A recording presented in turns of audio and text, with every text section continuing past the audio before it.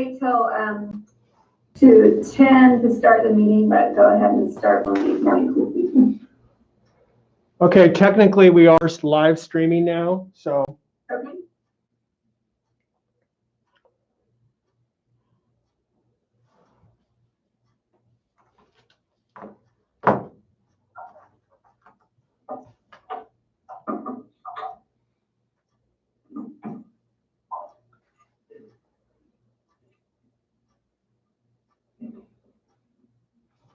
All right, it is 10 a.m. on Monday, April 13th, 2020. This is a special meeting of the Lincoln County Board of Commissioners. I'm going to go ahead and call it to order. We are live streaming this on YouTube. And this is a virtual meeting because of COVID-19 situation and social distancing. Before we go ahead and get started, I kind of want to do a sound check on everybody and make sure you can hear people. So Claire, can you say something? Good morning, Madam Chair. Great. How about Commissioner Hunt? Are you on the phone? Okay, guess he's not here yet. We'll circle back. I see Sheriff Landers. Can you say something briefly to make sure we can hear you? Yep, good morning. I'm here. Good morning. Okay, gotcha. How about Rebecca Austin? Can you say something so we can hear you? Yes, good morning, Commissioner Jacobson. I'm here. Great, thank you. How about Wayne Belmont? Good morning. I'm here. Yeah, you're a little fuzzy, but we do hear you. Monday morning. Casey? How about Kristen? You on the phone, or excuse me, Christy, are you on the phone? On this. Do you know? Yes, I'm here. Great, okay. Somebody else is Jerry in Urbich, control I of think that. I saw okay. call in. Can you do a sound check for us, Jerry? Yes, I'm here. Great, and I think that's everybody. Commissioner Hunt, are you on with us yet? So Commissioner, I do believe Nicole Fields is going to join us. She may not be on quite yet, but. Oh, I see her, yep. Okay, Nicole, can you give us a sound check? Yes, good morning, I'm here. I'm here. Oh, and God, say good morning one more time. I'm here. Okay, great. I think that's everybody. I'm gonna do a little sound check. Thank you. All right, well, we have all three commissioners here, so we do have a quorum. First up is the adoption of a consent calendar. These are items of a routine nature that either commissioners or staff can pull for further discussion. Otherwise, I will entertain a motion. I'll move for approval of the consent calendar as presented. And I'll second it. Okay, all in favor say aye. Aye. Aye. Great, motion carries. Thank you. Next on the reports, we have Lincoln County Public Health COVID-19 update presented by Nicole Fields. Nicole, take it away. So Good if I morning. could, Nicole, if I could just hop in before you do your part. Sure. Okay, so I just wanted the board to be aware that we are changing our structure slightly. We are. Can you introduce yourself so people listening know who you are? Sure, this is Rebecca Austin, Public Health, or actually the Health Department Director for HHS. So I just wanted to let everybody know that we are making an organizational kind of change. Can everybody hear me? I Yes. can hear you. Okay. Yeah. So we are sort of combining our forces right now. Instead of having an EOC and a Department Operations Center, a DOC, we're going to be combining our efforts and having an incident management team. And I am going to become the incident commander of that team. And pretty much everything else will stay very much the same, except for we're moving Jenny Damaris into the planning section chief. And Nicole Fields will stay as our operations chief. And then we have Marie Gaynor from Corrections, who's going to be moving into our logistics chief. And then you know that we have Rachel Maddock Hughes, who is the finance section chief. So those are basically the big structural changes. And then what we hope to accomplish because of this is to sort of streamline our processes and create some products that we really need to move this operation forward. And I think Jenny will provide a really solid base for us and some of her staff to learn the planning process, which is a huge piece of this operation. And we will be probably most of today and maybe into tomorrow developing an incident action plan, which really is a guide for all of our section chiefs. They'll be coming up with some work projects that they need to keep moving the objectives that we're also working on today.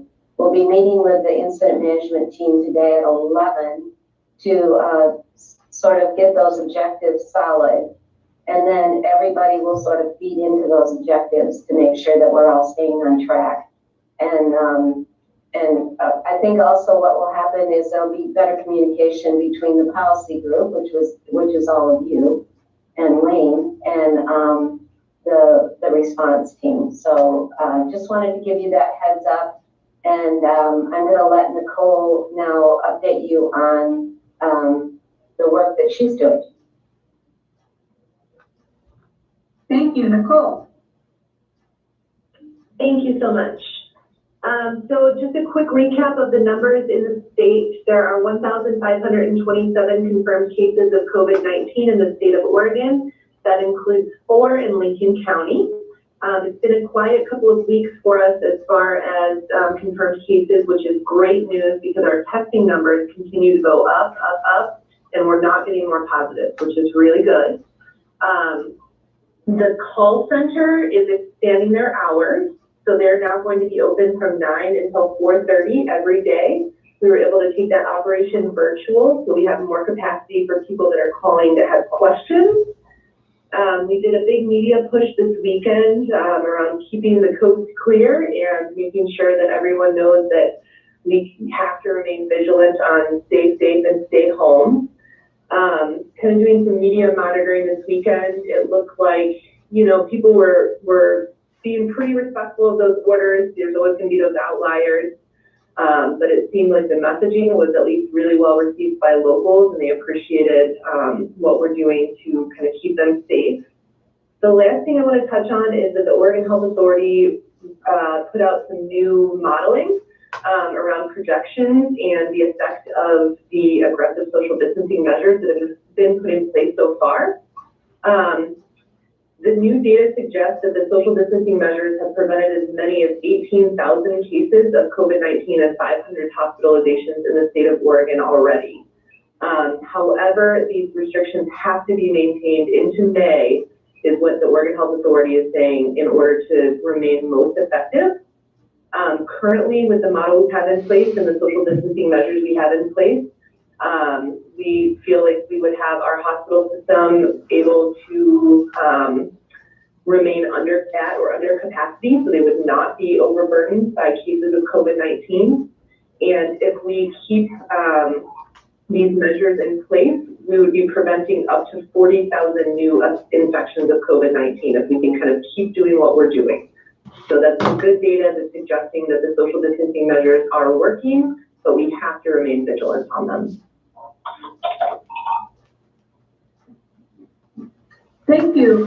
Questions from Commissioner Hall? I'll start with you. Do you have any questions or comments? Oh, that's great news, Nicole. Just one clarifying question. When you said about the prevention of 40,000 cases, I assume that's nationally? That is actually in the state of Oregon. Oh, in the state of Oregon alone. Wow. The way that they're modeling that is, so the state of Oregon confirmed by testing has just over 1,500 cases. Mm-hmm. The model suggests that probably there are quite a few people that are positive but are either asymptomatic or haven't been tested. So they're predicting that there are approximately 7,000 active cases in Oregon right now. And so we have only about 20% of our cases accounted for by testing, which is another reason why the social distancing is so crucial right now, because we know that only 20% of the people are confirmed positive that even have COVID-19 in our state. So really staying vigilant with that social distancing and making sure that our numbers don't climb to that really, really dangerous level. Thank you. Commissioner Hunt, any questions or comments from you? No, the only thing I would emphasize, as Nicole said, it's critically important that we continue, social distancing, the, sound practices of washing our hands. And I support wearing masks when we're out and about. So it's good to know that I think some of the aggressive actions that have been taken within the state of Oregon have been positive, and some of the data is now supporting the actual effectiveness of those actions. Thank you. I have a couple questions. One is kind of about the model you were talking about, Nicole, that's suggesting we need to keep up these measures until May and around social distancing. Is there any, guideline or modeling of how we come out of it? I'm assuming the state's not looking at, one day we're socially distancing and the second day it's all back to normal. Is there some guidelines or strategies being developed on how social distancing measures are going to slowly start, going away? Or, I guess there guidance on how we start to come out. I think the state doesn't have those guidelines yet, but at a local level, we're certainly thinking about it already. We already have some people working on a plan of like, what does it look like bringing people back to work? What does it look like kind of dealing with trauma on a community level brought on by a pandemic like this? And how can we best support our community in the aftermath of something like this? I don't think that the state has,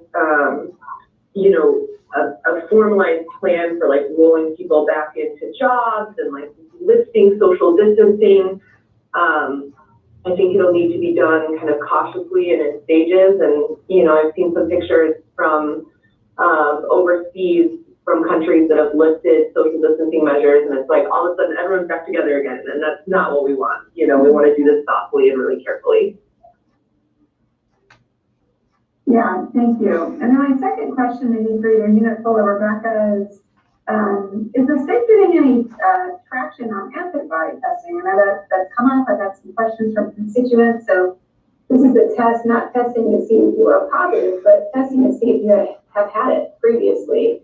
I think there's some concern from folks that, maybe in the very, very early parts of this, several months ago, when testing really wasn't available or you had to be very symptomatic to get testing, people feeling like maybe they did have it, but were unable to get tested at the time. So just curious if there was kind of state movement on antibody testing going on. I haven't heard too much about that. I'm not sure if maybe Rebecca has some more information on that. I've heard that the state is kind of still triaging a little bit to get tests where they don't have them yet. And then they're doing some work to try and get some rapid testing in place. But I haven't heard much about the antibody testing. So I'm going to defer to Rebecca to see if she's heard anything.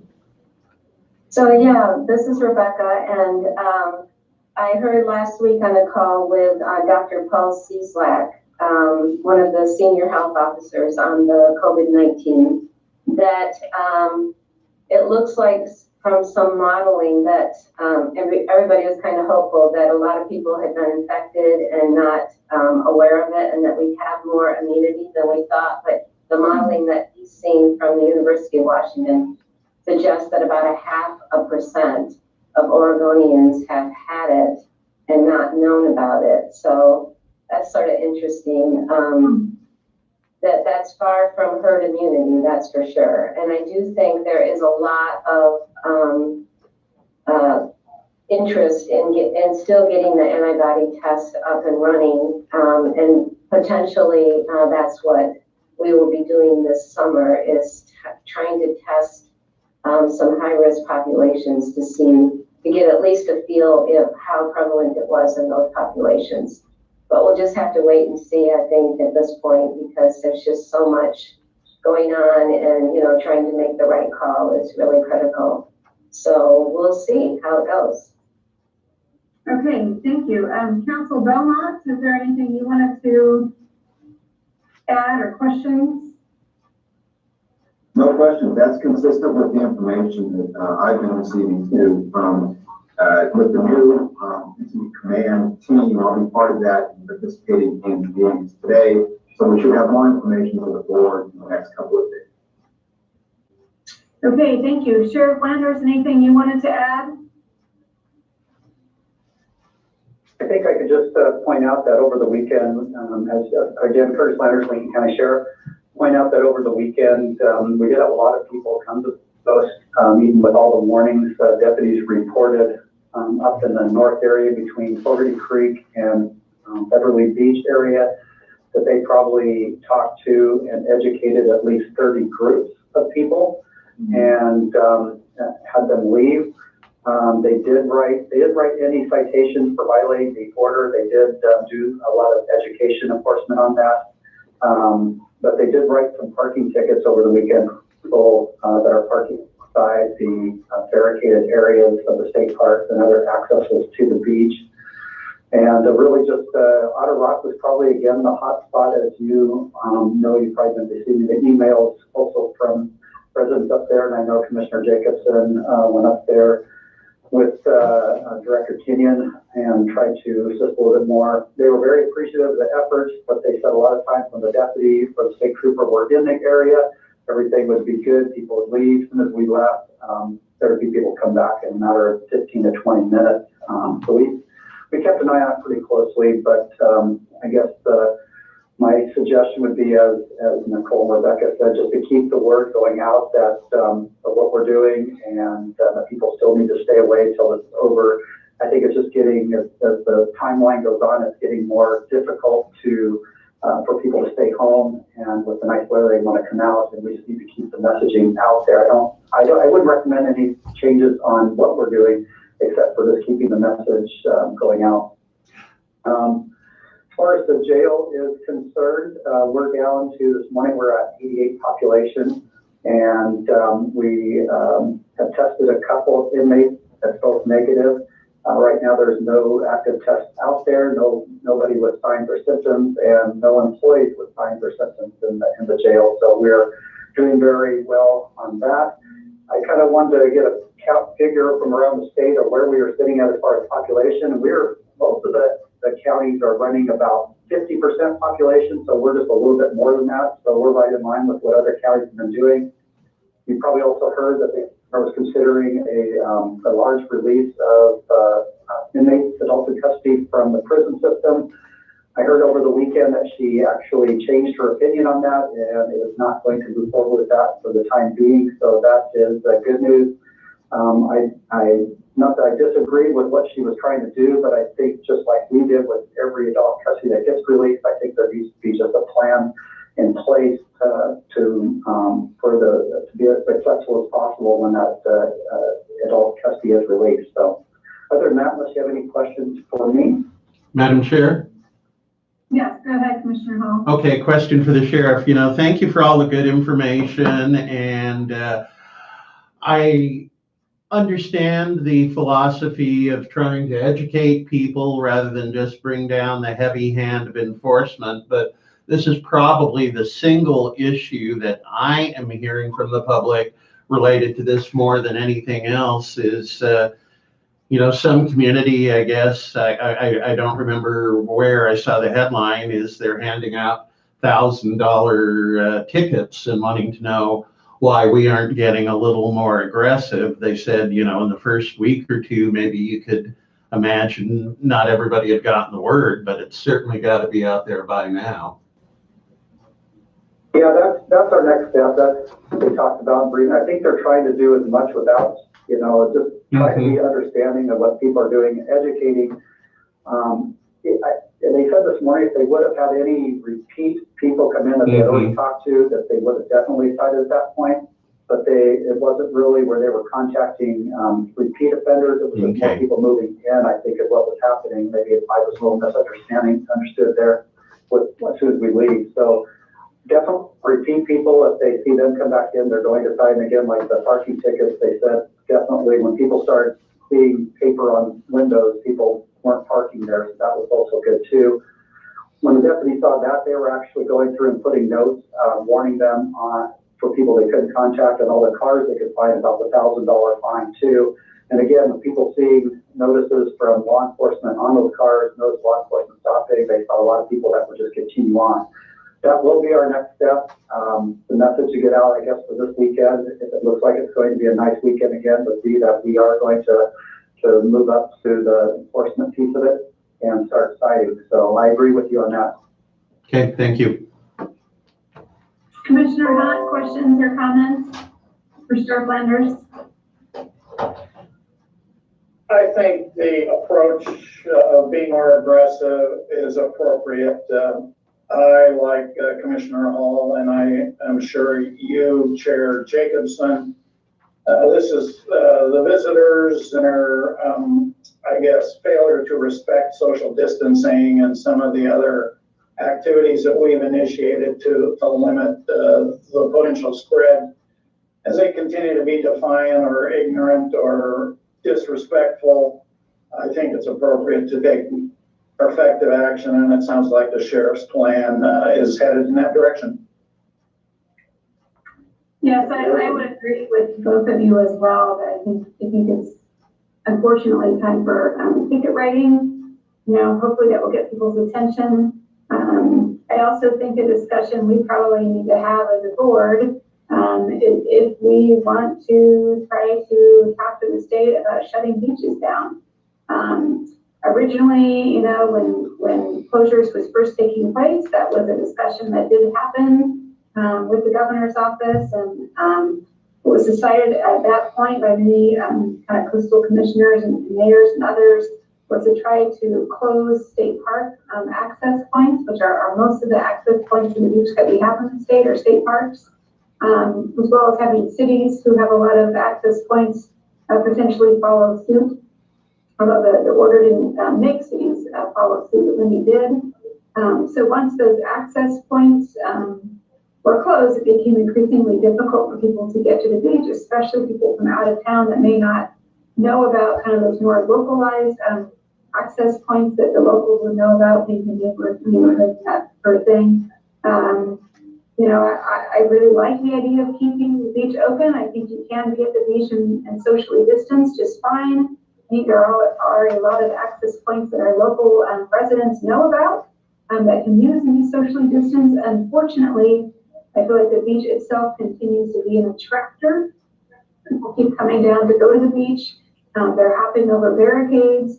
There's been some confrontational, potentially even scary situations happen with state park employees and people coming over barricades. Sheriff Lander just said we still have people parking and closed parking lots. So unfortunately, those closures aren't, I guess, working, or people aren't honoring those. And so I guess I would just kind of like to know the thoughts of the two of you on, you know, potentially asking for a beach closure. We don't have the authority to do that. We have to ask state parks to do that, but I guess I'd like to know where the two of you are at thought-wise. Madam Chair, just some initial thoughts.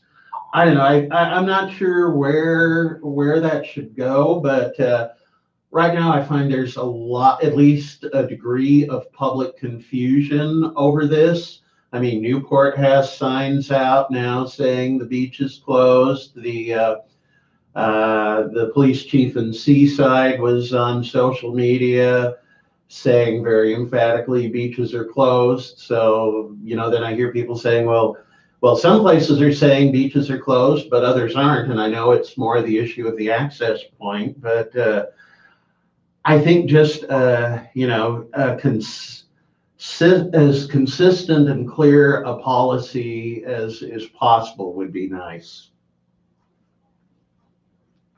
Yeah, and I think the confusion, there are some beaches up north that are closed because those particular cities jointly manage and pay for the management Ah. of both beaches. Okay.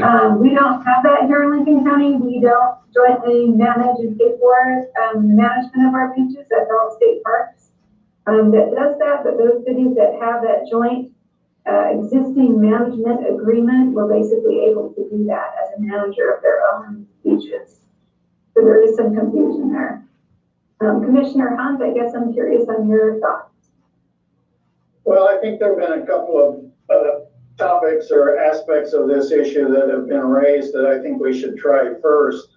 First of all, I think keeping the beaches open, as I believe Chair Jacobson, you said, people can go to the beach and practice social distancing, and it's an opportunity to get outside. So the issue to me is more managing the access points and managing the behavior of the people that are trying to access the beach. So I would like to see the sheriff's activities enhanced and see how effective they are. I have a feeling that if people start getting some $1,000 tickets, word will get out pretty quickly that you don't want to try to access the beach and violate the governor's orders in Lincoln County. So I'd like to see some of those initial steps taken before we try to encourage closure of the beach Okay, or thank you. beaches.